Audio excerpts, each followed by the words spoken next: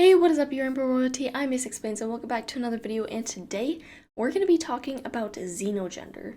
So basically, what Xenogender is it is a gender identity that cannot be described in a typical way. It is described using nouns, something sensory, or even something neurological.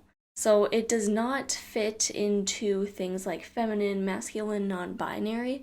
It is really only able to be described through nouns, sensory things, or neurological things. So this gender does not fit under the typical human English term of just a typical gender. It is not contained by the normal human understanding of gender.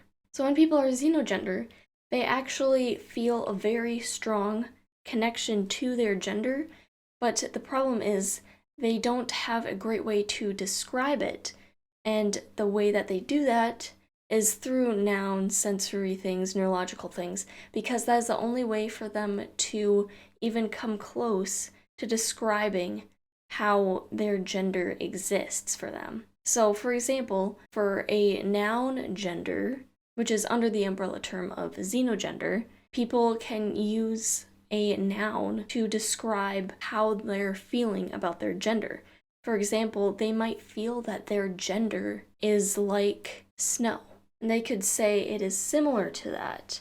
So with a xenogender, they use these things to help describe how they feel about their gender. It's usually like a metaphor to describe it, or show like what feels similar or what experiences kind of capture what they're feeling.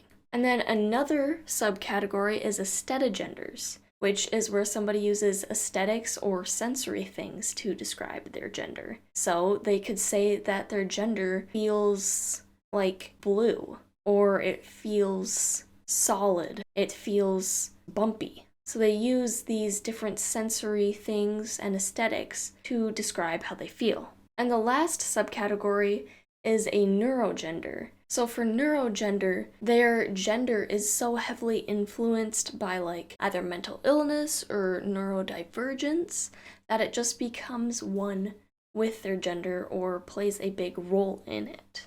And it is also an umbrella term for any gender that relates to being neurodivergent. But that is another way that they can help to describe how they're feeling. Another way that xenogenders can describe how they're feeling is through situations. They can use any like situation or event and relate that to how they're feeling about their gender. They can use non-human things like imaginary things to describe their gender. And they can even just say that they're just oneself, because the way that they're experiencing their gender is just impossible to describe in any possible way.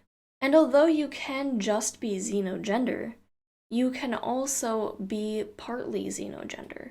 For example, if you fit into the binary for gender, so you're like a female, you can still partly relate to xenogender. And this is called Meliusgender. And Meliusgender is where somebody fits into the binary for gender, so they feel that their gender can better be described through the sensory things, nouns, situations, etc. So they are still a binary gender, for example, a male, so they would be like a Melius man, but they just feel that they can better describe their gender through like animals, plant situations, etc.